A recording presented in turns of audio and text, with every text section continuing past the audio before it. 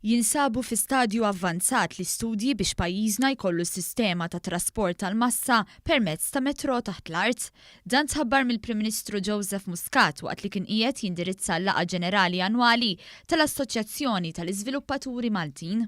Għada pitada kif nispiċċaw l-ewwel fażijiet tal-upgrading tat-toroq kollha tal-pajjiż, ħanibdew naħsbu diġà l-istudji qegħdin f'avvanzati ħafna fuq metro system taħt l-art.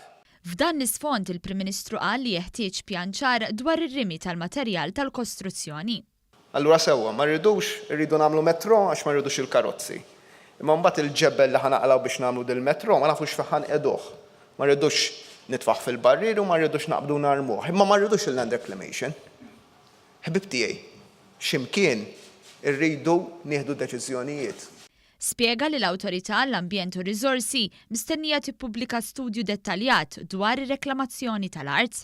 Naw ftit ta' żmien ieħor l-era ħa toħroġ l-istudju preliminari tagħha dwar iż-żoni li jistgħu jkunu tajbin għal reklamazzjoni tal-art u l-użu tal-reklamazzjoni tal-art. Dwar il-kwistjoni tal-ħaddiema barranin illi qed jinġibu pajjiżna sabiex jaħdmu fil-kostruzzjoni, Dr. Muscat qal li dan mhux iseħħ għax is-setturi ħallas pagi baxxi, iżda xil-ħaddiema tal-idejn Maltin qegħdin dejjem jonqsu.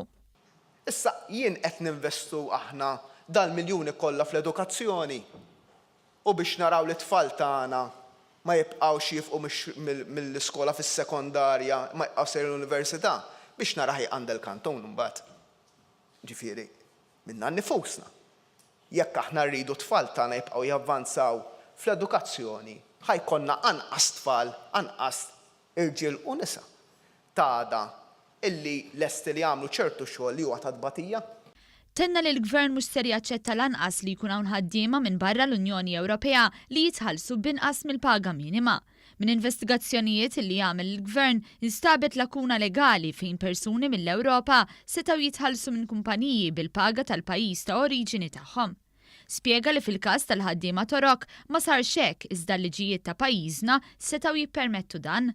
Għalhekk qal li l-Gvern diġà nieda proċess sabiex jiġu protetti drittijiet tal-ħaddiema barranin u tal-Maltin. Il-Prim Ministru tenna wkoll li jekk dawn il-kundizzjonijiet ma jinżammux, jekk ikun hemm permess li għadu ma ħareġ ma jingħatax u jekk ikun hemm permess li ħareġ jiġi rtirat.